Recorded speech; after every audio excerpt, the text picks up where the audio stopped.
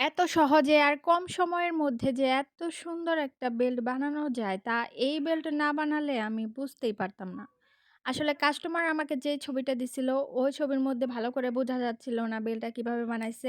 আমি ফার্স্টে ভাবছিলাম যে এর আগে আমি একটা বেনি পাকিয়ে বেল্ট বানাইছিলাম তো ভাবছিলাম যে ওইভাবেই বেল্টটা বানাইছি। ওইভাবে বেল্ট বানানোর পর দেখলাম যে না, এইভাবে তো ভালো হচ্ছে না। দেখতেও কেমন জানি বাজে লাগছে।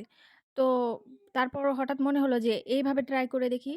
দেন আমি এইভাবে ট্রাই করে এইভাবে বেলটা বানাইছি। যারা একদমই নতুন কাজ পারে তারাও চেষ্টা করলে এই বেলটা বানাতে পারবে। এই বেলটা বানাতে আমি মোট ৮ টা কালার ইউজ করছি। যেহেতু আমার ব্যাগের মধ্যে মোট ৮ টা কালার আছে। সো আমি ওই ৮ টা কালার ইউজ করছি। আর সুতা নিয়েছি সামারিয়ান সুতা, আর হুক নিয়েছি 4.5। যারা নতুন কাজ শিখছে তারা চেষ্টা করলে এই বেলটা খুব সহজে বানাতে পারবে। কারণ এই বেলটা শুধু চেইন দিয়েই বানানো। অনেক সময় আছে যে হাতে সময় কম, বেল বানাতে অনেক দেরি হয়ে যাবে। এই পদ্ধতিতে বেল্ট বানালে সময় একদমই কম লাগে। মাত্র ২ মিনিটেই এরকম বেল্ট বানিয়ে ফেলা সম্ভব।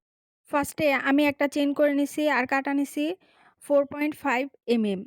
আসলে 5.00 এমএম কাঁটাটা নিলে সবচেয়ে বেশি ভালো হতো। আমার কাছে এর থেকে বড় আর কাঁটা ছিল না। এটাই সবচেয়ে বড় কাঁটা ছিল। তাই এটা দিয়েই করতে হইছে। আপনারা যদি বানান তাহলে 5.00 এমএম কাঁটা দিয়ে বানাবেন। ওইটা দিয়ে সবচেয়ে বেশি ভালো হবে। যারা চেইন করতে পারে তাদের তো আর বলার কিছু নেই। আসলে এটার কাজই মূলত চেইন করা। চেইন যারা করতে পারে তারা এই বেল্টটা খুব সহজে বানাতে পারবে।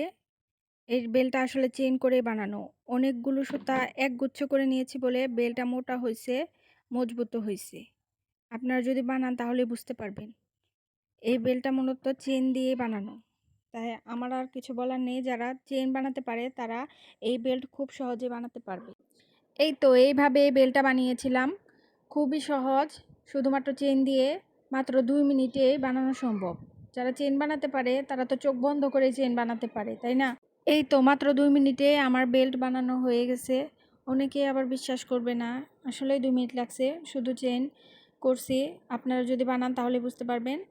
এরপর আমি সুই সুতা দিয়ে সেলাই করে বেল্টটা ব্যাগের মধ্যে আটকে দিব।